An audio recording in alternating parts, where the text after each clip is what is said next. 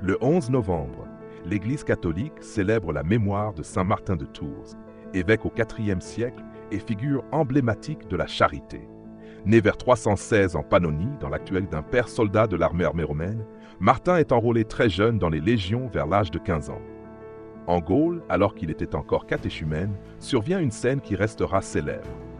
À Amiens, il croise un pauvre grelottant sans manteau. Touché, Martin tranche son propre manteau militaire en deux avec son épée et offre une moitié à l'homme. On raconte qu'il eut ensuite la vision du Christ portant la moitié de ce manteau. Cet acte de compassion marque un tournant. Martin se fait baptiser peu après, décide de quitter l'armée et, sous l'influence de Saint-Hilaire de Poitiers, mène une vie monastique à l'abbaye de Ligugé, Poitou. Vers 371, il est choisi, non sans controverse, comme évêque de Tours, alors que sa communauté le kidnappa la nuit pour l'amener à Tours.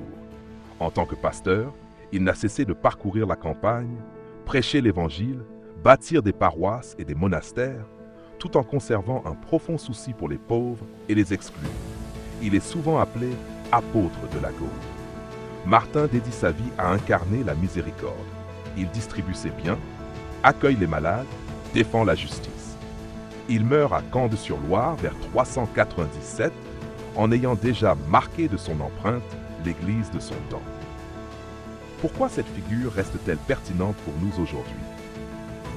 D'abord parce que le geste du manteau rappelle que le service aux pauvres est au cœur de la vocation chrétienne. Comme le souligne une réflexion, je verrai Jésus en chaque personne et situation que je rencontre.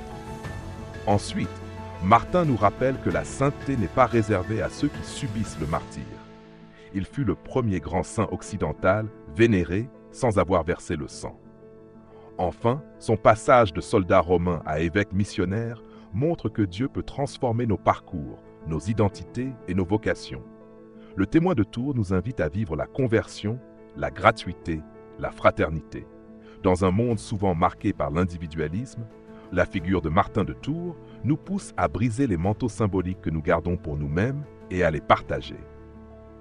En conclusion, en ce jour de sa fête, demandons-nous: où suis-je appelé à être solidaire des plus vulnérables? De quoi dois-je trancher une moitié pour offrir à l'autre?